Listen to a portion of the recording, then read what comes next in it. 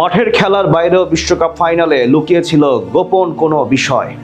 স্পেনের বিপক্ষে final match হারার পর এবার রহস্যজনক এক তথ্য দিলেন লাল কার্ড পেয়ে মাঠ ছাড়া এনজো ফার্নান্দেজ। জানালেন ম্যাচের বাইরে লুকিয়ে ছিল অন্য কিছু, যার কারণে পরাজয় বরণ করতে হয়েছে তাদেরকে। আর এদিকে রেফারির আচরণ ও মাঠের বাইরের একাধিক বিষয় নিয়ে এখন আলোচনা গড়াচ্ছে ভিন্ন দিকে। এনজো ফার্নান্দেজের করা সেই মন্তব্য ও আর্জেন্টিনার ফাইনাল হারের পেছনের রহস্য নিয়ে বাকিটা থাকছে রিপোর্টে। আর্জেন্টিনা ও স্পেনের ফাইনাল নিয়ে আলোচনা যেন শেষই হচ্ছে না। একের পর এক নতুন নতুন তথ্য ও রহস্যজনক বিষয় সামনে আসছে ভক্তদের। অনেকেই মনে করছেন মাঠ ছাড়িয়ে মাঠের বাইরেও এমন কিছু ঘটেছে যার প্রভাব পড়েছে আর্জেন্টিনার পারফরমেন্সে। অনেক আর্জেন্টাইন ভক্ত আবার সরাসরি আঙুল তুলছে ফিফার দিকে। সেসব আলোচনার মাঝে এবার নতুন করে শান দিলেন ফাইনাল ম্যাচে লাল কার্ড পেয়ে মাঠ ছেড়ে যাওয়া মিডফিল্ডার এনজো ফার্নান্দেজ। বিশ্বকাপ ফাইনাল নিয়ে এবার রহস্যজনক এক তথ্য দিলেন এই ফুটবলার, জানিয়ে নতুন করে বিতর্ক শুরু হয়েছে ফুটবল মহলে। এছাড়া লিওনেল মেসিরও একটি ভিডিও ভাইরাল হয়েছে, যেটি তৈরি করে নতুন নতুন প্রশ্ন।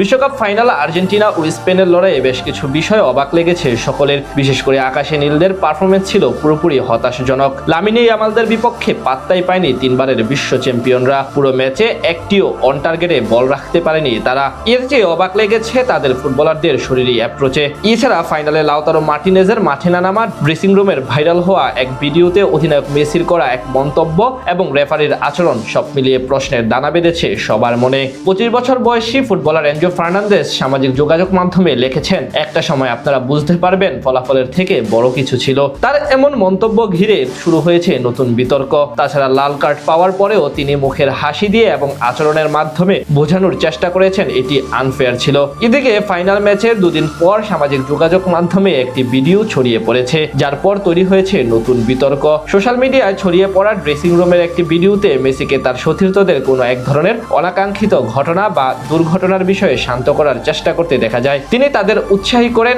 এবং বিষয়টি পেছনে ফেলে খেলায় মনোযোগ দেওয়ার আহ্বান জানান। টিওয়াইসি স্পোর্টস জানিয়েছে, ভাইরাল হওয়া ভিডিওতে দেখা যায় আর্জেন্টিনার অধিনায়ক ড্রেসিং রুম থেকে বের হওয়ার সময় সতীর্থদের বলছেন, সবাই শান্ত হও, আসল বিষয় হলো আমাদের শান্ত থাকতে হবে। এ পর্যন্ত সব ঠিকই ছিল। সামাজিক যোগাযোগ মাধ্যমে আলোড়ন তুলেছে মেসির পরের কথাগুলো। তিনি আবার বলেন, এসো সবকিছু ভুলে যাই, আমরা শুধু খেলি, চলো শুধু খেলায় মন দেই। ভিডিওতে দেখা গেছে দরজার সামনে দাঁড়িয়ে কথাগুলো বলার সময় মেসির সতীর্থরা সবাই শান্ত ছিলেন। তবে প্রশ্ন উঠেছে, ফাইনালের আগে এনজো ফার্নান্দেজ, এমিলিয়ানো মার্টিনেজদের ঠিক কি ভুলে যাওয়ার কথা বলছিলেন মেসি?